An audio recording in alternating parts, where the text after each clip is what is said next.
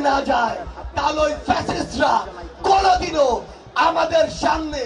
শেখ হাসিনাকে ক্ষমতায় ফেরানোর জন্য তার নাম যারা নিচ্ছে তাদের খুঁজে বের করা হবে বলে হুঁশিয়ারি করেছেন জুলাই শহীদ স্মৃতি ফাউন্ডেশনের সাধারণ সম্পাদক ও বৈষম্য বিরোধী ছাত্র আন্দোলনের অন্যতম সমন্বয়ক সার্জিস আলম।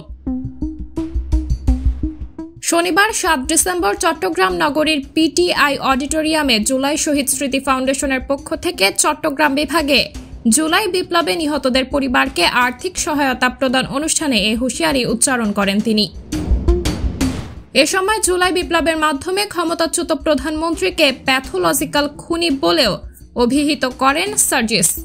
তিনি বলেন, হাসিনা যদি একজন প্যাথোলজিক্যাল খুনি না হতো তাহলে তো সে 2000 খুন করতে পারত না।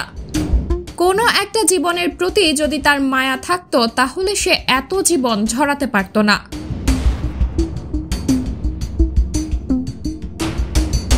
জুলাই শহীদ স্মৃতি ফাউন্ডেশনের সাধারণ সম্পাদক বলেন, খুনি হাসিনাকে ফাঁসির দড়িতে ঝোলানোর পাশাপাশি হাসিনার নাম যারা নিচ্ছে তাদের খুঁজে বের করা হবে। তিনি বলেন, খুনিরা নতুন করে ফিরে আসছে, নতুন করে গল্প লিখছে। যারা তাদের পুনর্বাসন করতে চায় তাদের বিরুদ্ধে দ্বিতীয়বার রাজপথে নামতে এবং জীবন দিতে প্রস্তুত আছি।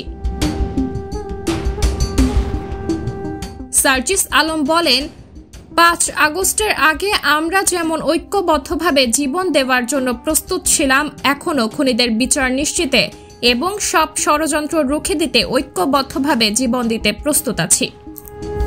সাবরিনা জলিল, সবার কথা।